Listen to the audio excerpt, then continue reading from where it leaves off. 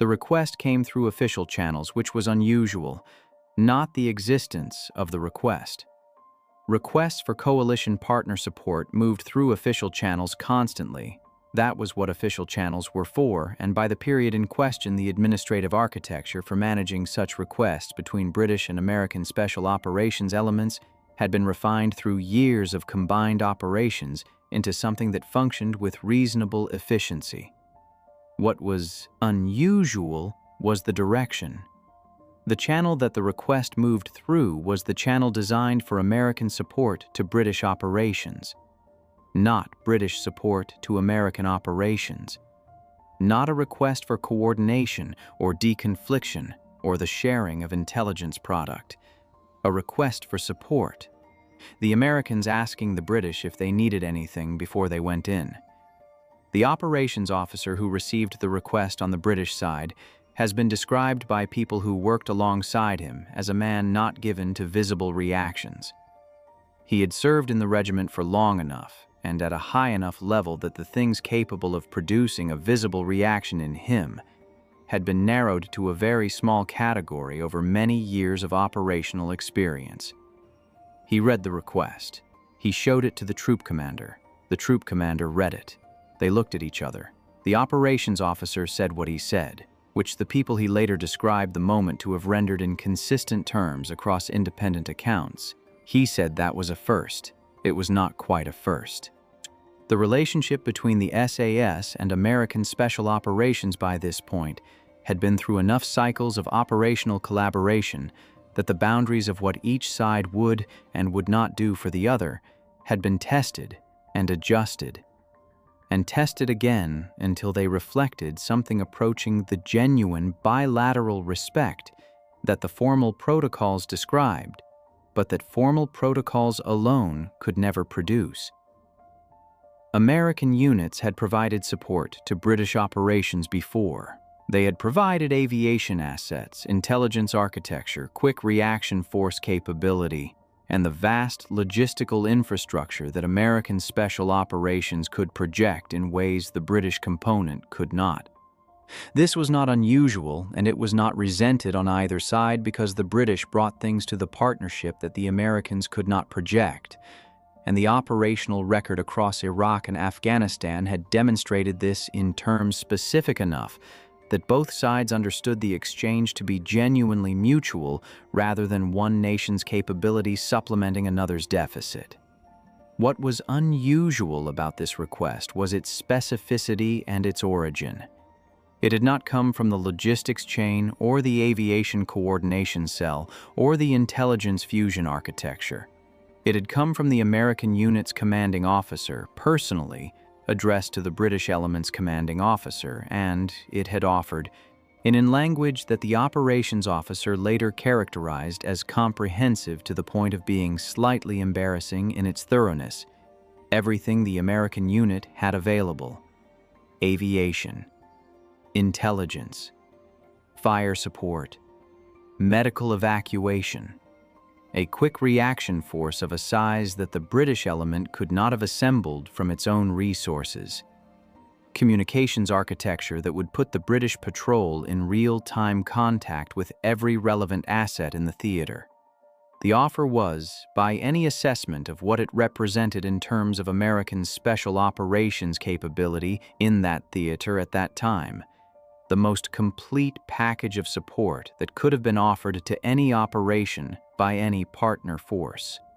The British element's response was documented in the formal record and has been described in the accounts of multiple people on both sides of the exchange. The response was polite. It was professional. It thanked the American commanding officer for the offer and noted that it reflected the quality of the bilateral relationship that the two units had built. And then it declined everything. Not most of it. Not the elements that fell outside the specific requirements of the operation. Everything. The British element was going in with what it had, which was the patrol, its own communications, and the operational methodology it had been refining since the regiment's founding in 1941. It did not require aviation or fire support or a quick reaction force or a medical evacuation architecture or real-time communications with every relevant asset in the theater. The American commanding officer's response to the decline has been described by his own staff, in terms that the people who were present have confirmed independently as a silence of a specific and weighted kind. Not the silence of a man who had been rebuffed or who had taken offense. The silence of a man who had offered everything he had and been told it was not needed, and who was processing what that meant about the people he had offered it to. The operation this exchange preceded was in Afghanistan. In the period of sustained high-tempo combined operations that produced the densest concentration of documented SAS achievement in the Afghan campaign, and the largest body of American professional testimony about what working alongside the regiment at operational level actually involved.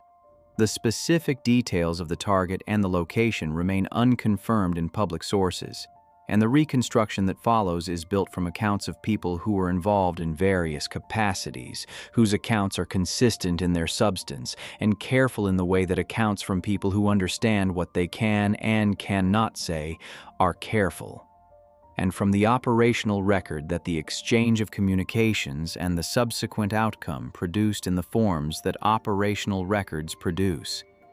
The target was a network, not a single individual, though the network had identifiable leaders whose removal was part of the operational objective. A network, in the specific sense that the SAS had been trained since Northern Ireland to understand networks, which was as a system of relationships and dependencies and critical nodes whose removal produced effects disproportionate to the number of individuals involved.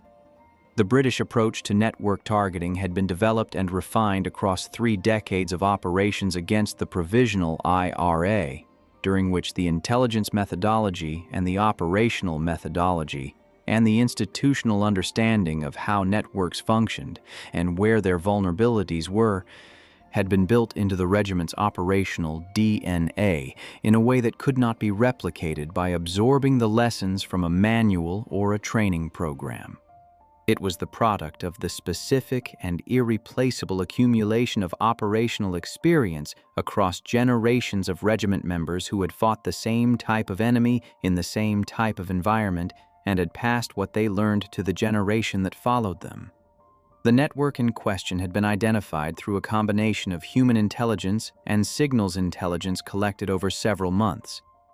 The intelligence picture was not complete, because intelligence pictures in the kind of environment this network operated in were never complete, but it was specific enough in the areas that mattered for an operation to be possible. The network's critical nodes had been identified. The relationships between those nodes had been mapped.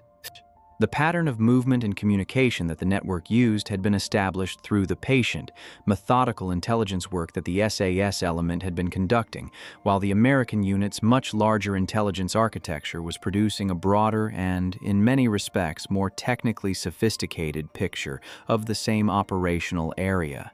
The two pictures were different in the ways that technical collection and human intelligence are always different from each other, and the difference was the basis for the request and the offer and the decline and the silence. The American unit understood, from the operational experience of the combined campaign, that the British picture of this network was more specific and more actionable than anything the American collection architecture had produced, and that the operation the British element was planning was an operation the American unit could not have run with equivalent effect. Not because the American unit lacked skill or commitment, but because the operation required a specific type of intelligence, developed through a specific methodology, applied through a specific operational approach, that the American unit's training and operational culture had not produced, and that the American unit's officers were honest enough about to recognize. The offer of everything was an acknowledgement of this. It was not a conventional support offer. It was a recognition that the operation was beyond the American unit's capability in its specific form, and that the most useful thing the Americans could do was put everything they had at the disposal of the people who were capable of running it. The decline was an acknowledgement of something else. The something else is what the operations officer's comment was about. A first. Not the first time the British had declined American support, because declining specific elements of a support offer on operational grounds was routine. The first time that declining the entirety of a comprehensive support offer from an American commanding officer was the correct tactical decision rather than a gesture toward operational independence. The British element was not declining because the support was unwelcome or because the offer implied a dependency they were uncomfortable acknowledging. They were declining because the operation they were running was specifically designed to work without any of the elements that had been offered, and that adding any of those elements would have changed the nature of the operation in ways that would have degraded its effectiveness rather than enhanced it. The American unit had offered aviation.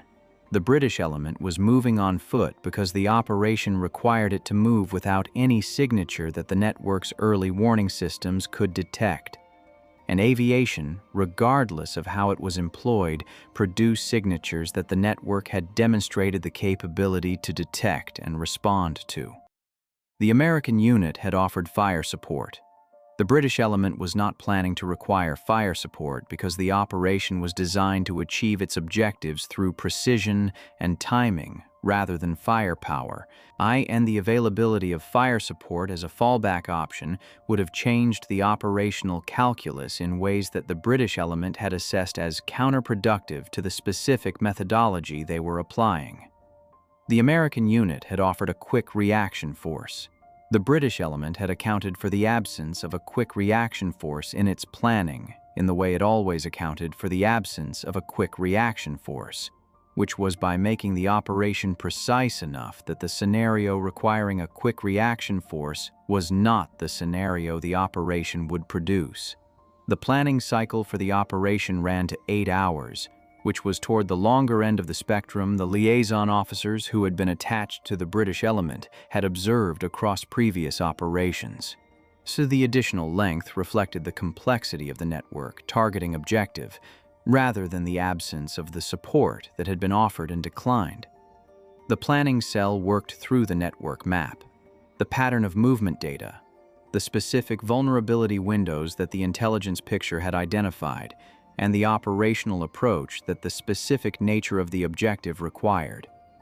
The scheme of action that the planning produced was by the assessment of the American officer who was shown it as a courtesy before the operation launched, something he was not able to evaluate against his own unit's planning standards, because it operated from assumptions about individual operator capability that his planning standards did not account for. He said this to the operations officer, not in those terms. In the diplomatic language of a senior officer who respects the people he is working alongside, and does not want to say that their planning rests on assumptions about what individual people can do that his own experience of individual people does not support. The operations officer understood what he was saying. He thanked him for his assessment. He said that the planning assumed what the operators were capable of because the operators were capable of it. The American officer accepted this. He had been in the theater long enough to have a body of evidence for the claim, and the body of evidence was sufficient. The patrol departed the forward position at 0130. 6 operators. The movement plan took them through terrain that the American unit's route assessment had classified as high risk for dismounted movement at night, a classification the British element's planning had noted and assessed differently on the basis of the surveillance the patrol had conducted of the specific ground in the preceding days. The difference in assessment was not a difference in the quality of the terrain analysis. It was a difference in the baseline assumptions about movement capability that informed the risk calculation. The American route assessment assumed a movement capability profile that the American unit's operators reflected. The British element was planning for a movement capability profile that the American assessment framework did not contain a category for.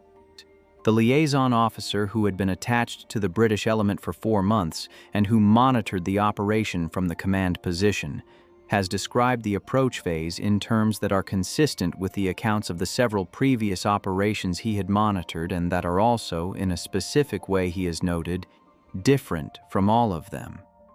The difference is not in what he observed, but in what he expected to observe.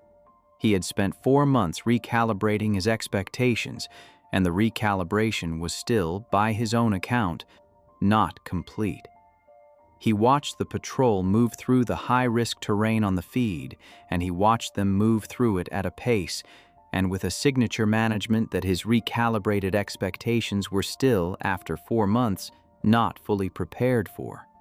Signature management is the discipline of moving through an environment while producing the minimum possible evidence of movement. It is the integration of noise management, visual profile management, electronic emission management, and ground sign management into a continuous practice that runs alongside and subordinate to the primary task of movement. It is a skill with a training component and an experience component, and like all skills with both components, the training component provides a foundation, and the experience component determines how far above the foundation a practitioner eventually operates. The SAS had been teaching and refining signature management since Malaya, where the jungle patrols that the regiment had run for years had produced a body of institutional knowledge about what movement signatures looked like, how they were detected, and how they were suppressed. That had been codified and updated through every subsequent campaign in every subsequent environment. The patrol the liaison officer was watching had suppressed its movement signature to a degree that the feed's technical capability was producing an image of 6 people who were effectively invisible in terrain, that the route assessment had classified as high risk, partly because of the observation capability of the people who used it. He noted this in the log he maintained during operations. He noted it in the specific language of a man who had been noting similar things for 4 months and who had not yet found language he was satisfied with. The language he used in the log was precise about the observable facts and silent about the thing underneath the observable facts, which was the question of what produced them and what they meant about the people who produced them. The first contact point was reached at 0341.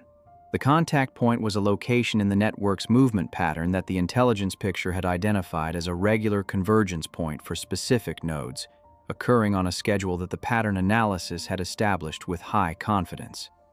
The intelligence was correct.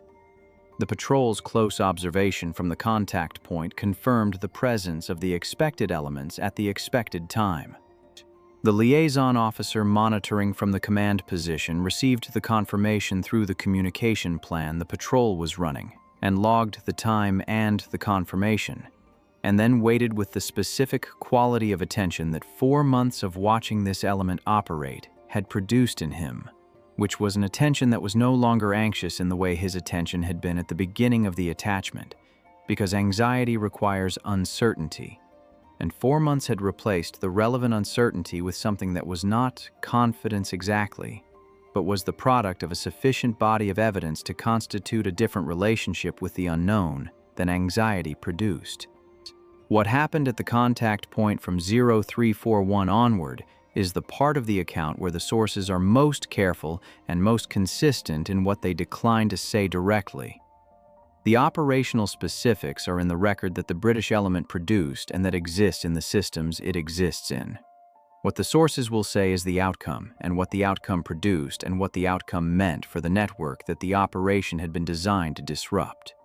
The network's critical nodes were addressed in a sequence and with a precision that the intelligence picture had made possible, and that the operational methodology had executed. The primary objective was achieved. The secondary objectives, here the disruption of the network's logistical infrastructure and the seizure of materials that would advance the intelligence picture for subsequent operations, were achieved. The patrol extracted through the same terrain it had moved through on the approach, by a route that differed from the approach route in the specific ways that the planning had determined were necessary for the extraction phase, and arrived back at the forward position at a time that the planning cycle had projected and that the operational reality had matched. The American commanding officer was at the forward position when the patrol returned. This was not standard. Senior officers are not typically at forward positions waiting for patrols to return at hours of the morning when the operational tempo of a combined theater generates competing demands on senior officer time and attention.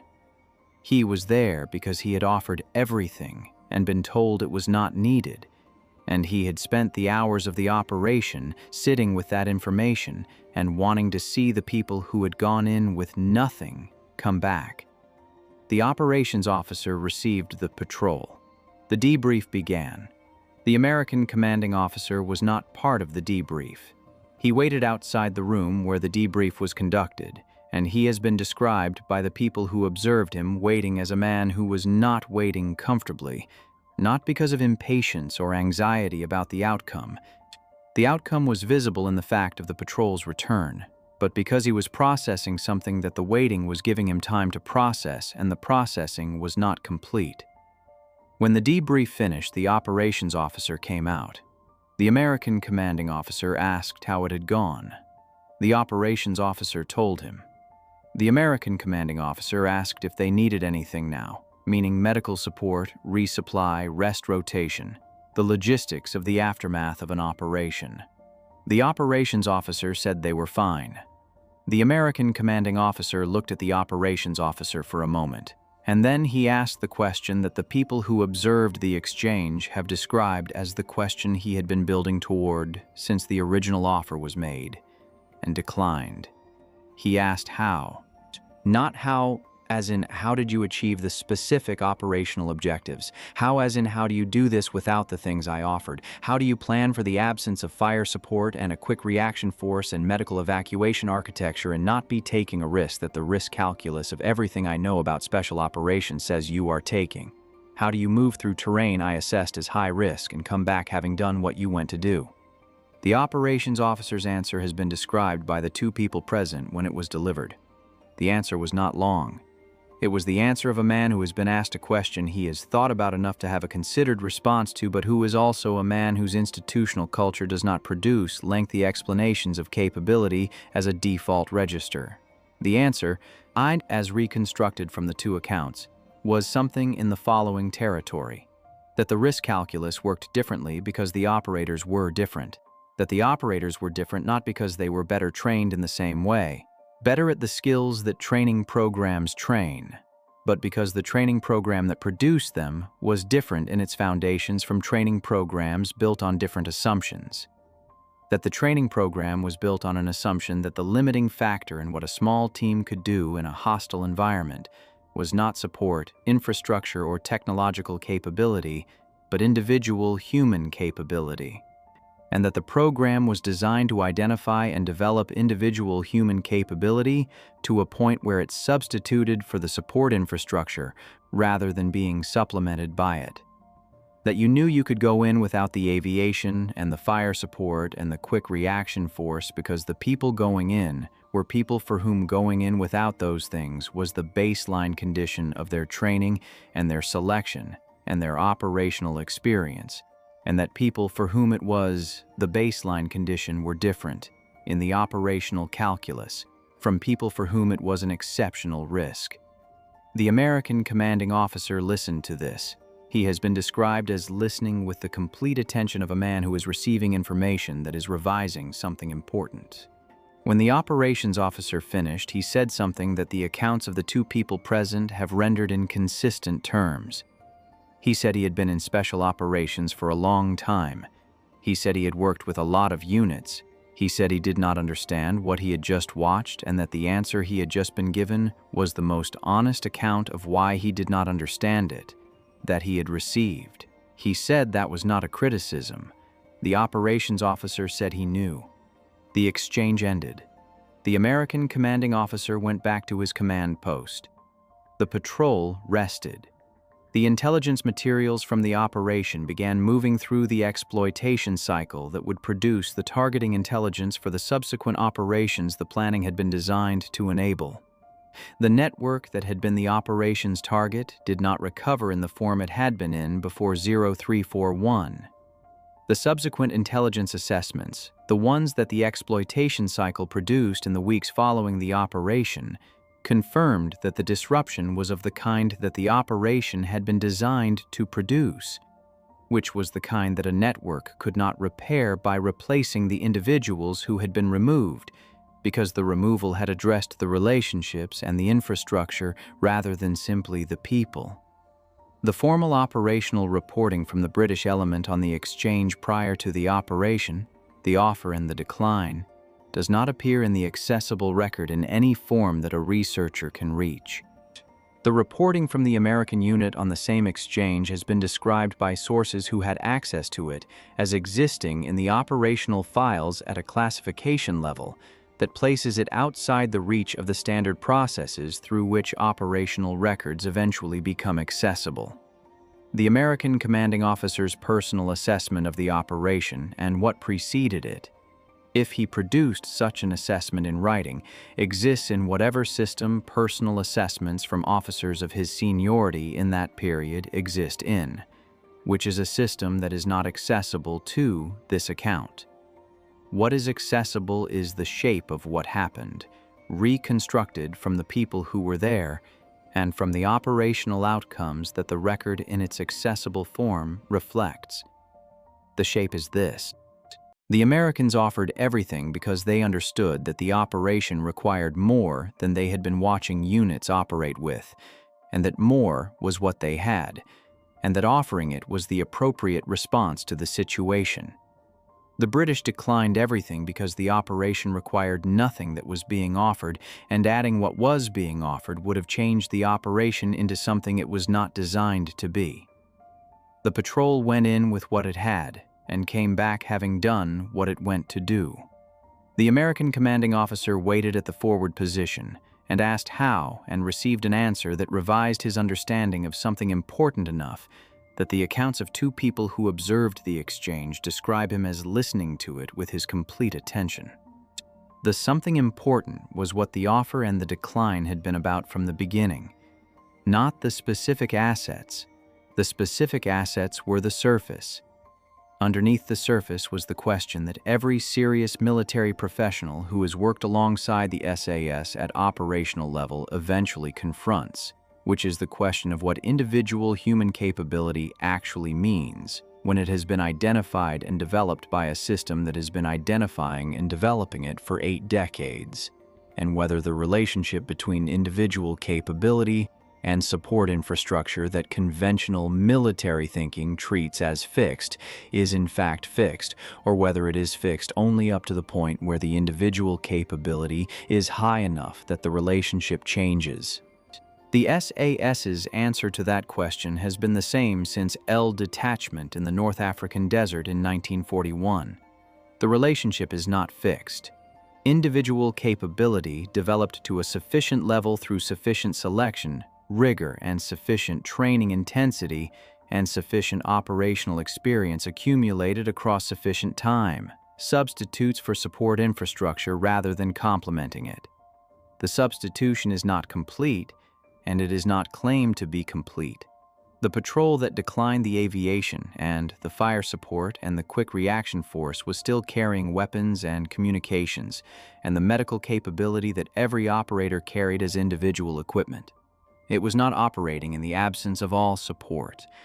It was operating in the absence of the support that the American unit's planning framework treated as the minimum baseline below which an operation of this complexity was not viable. The American unit's planning framework was built for the American unit's operators. The operators it was built for were genuinely exceptional by any global standard of military capability. The framework's minimum baseline reflected what those operators required to conduct complex network targeting operations in that environment with the probability of success that the mission set demanded. The framework was correct for the operators it described. The operations officer's answer in the forward position in the hours before dawn told the American commanding officer why it was not correct for the operators who had just come back through the gate. They were not the same kind of thing, not better or worse in some general sense that flattened the distinction into a ranking. Different in a specific and fundamental way, that the operational history of the bilateral relationship had been producing evidence for since the first combined operations in Afghanistan and Iraq, and that the offer and the decline and the waiting and the answer had just produced the clearest single instance of. The American commanding officer said he had been in special operations for a long time. He said he had worked with a lot of units. The operations officer did not say anything in response to this because nothing needed to be said in response to it. The information was already in the room, in the patrol coming back through the gate, having done what it went to do with nothing that had been offered. And the American commanding officer had offered everything he had, and it had not been needed. And the knowing that it hadn't been needed was the most precise thing that had happened in the exchange, and the thing that was still being processed when the debrief finished and the operations officer came out and the question was asked and the answer was given. We offered everything. The answer to why they needed nothing is in 8 decades of a system that builds a specific kind of person and sends that person into a specific kind of situation, and has been doing so long enough that the doing has become the system and the system has become the doing, and the person it produces is the sum of all of it. The selection and the training and the operational experience and the institutional memory and the accumulated understanding of what individual human capability is when it is identified and developed and tested and refined across the entire span of time that it takes to build something that does not need everything you have to offer. They asked for nothing. They went in. They came back. The network did not recover. The American commanding officer waited at the forward position because he had offered everything and wanted to see what nothing looked like when it returned. What it looked like was 6 men coming through the gate at an hour before dawn, moving with the specific, unhurried quality of people who had done something difficult and were not performing the having done something difficult. And the answer to every question the waiting had been generating was in the way they moved, and in the absence of anything being carried that had not been carried when they left. That was the mission. That was the answer. The system that produced the people who ran it is the thing that the answer is made of, and the system has been producing the answer since 1941, and the answer has not changed, and the offer of everything and the request for nothing is what the answer looks like from the outside when the person on the outside has everything worth offering and is honest enough to offer it and clear-eyed enough to understand what it means when the offer comes back declined.